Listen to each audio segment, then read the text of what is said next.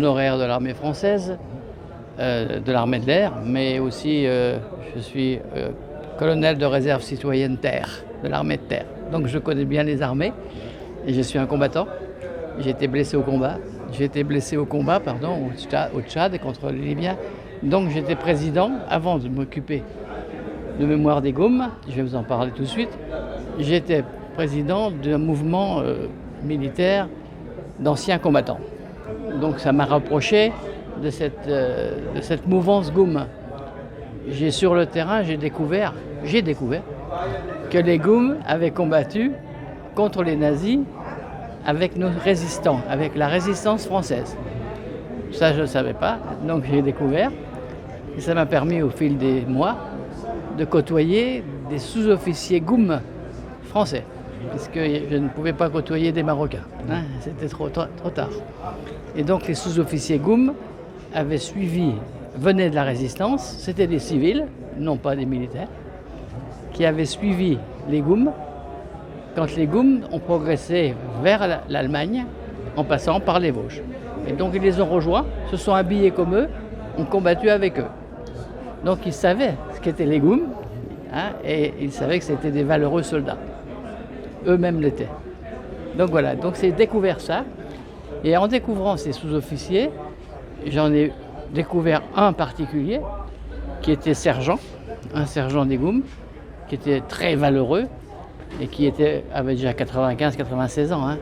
Mais il m'a raconté tout ce qui s'était passé dans les Vosges en particulier, dans les Vosges françaises, avec les Goum, qu'il avait vécu avec eux. Il m'a raconté comment ils combattaient. C'était fou. Ils combattaient dans la neige avec leurs chaussures sandales. Hein, et certains méchantes langues disaient ils mettent des sandales pour mieux se sauver, pour aller plus vite. C'était pas pour mieux sauver, c'était pour mieux attaquer. Ils attaquaient avec les sandales à la vitesse du vent. Les Allemands, quand ils les voyaient arriver, ils se sauvaient. Soit ils les mitraillaient à la mitrailleuse, mais quand ils n'avaient plus de cartouches, ils se sauvaient. Voilà, donc c'était quelque chose, c'était des gens extraordinaires. Donc j'ai eu le bonheur de décorer de la Légion d'honneur ce sergent. Là, il m'a dit, ces mots, les Goum, ce sont mes frères, je suis marocain. Quand vous entendez ça, c'est quand même... hein, et c'était un ouvrier d'usine français, c'était pas un militaire. Et, ouais, son grade de sergent, c'était sergent Goum, c'était pas sergent de l'armée française. C'est croyable. Donc on a eu ce bonheur de créer une association ensemble, une association des Goum. On a dit pourquoi pas remettre cette mémoire des Goum pour mieux rassembler nos peuples. Et c'est pour ça que nous sommes là. Et notre vraie raison, elle est double. La première, c'est de rencontrer les descendants des Goum dans les villages et, si possible, d'aider les plus pauvres. Ça, c'est une de nos missions. Et la deuxième, c'est de revaloriser cette mémoire des Goum pour que la mémoire nous relie.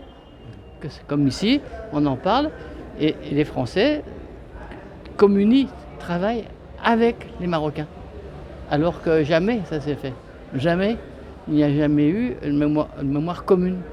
Il faut qu'elle soit commune. Et c'est la raison pourquoi nous faisons cette exposition. C'est pour dire aux Marocains, nous sommes avec vous et nous nous rappelons de nos frères, les vôtres et les nôtres. Voilà. Merci.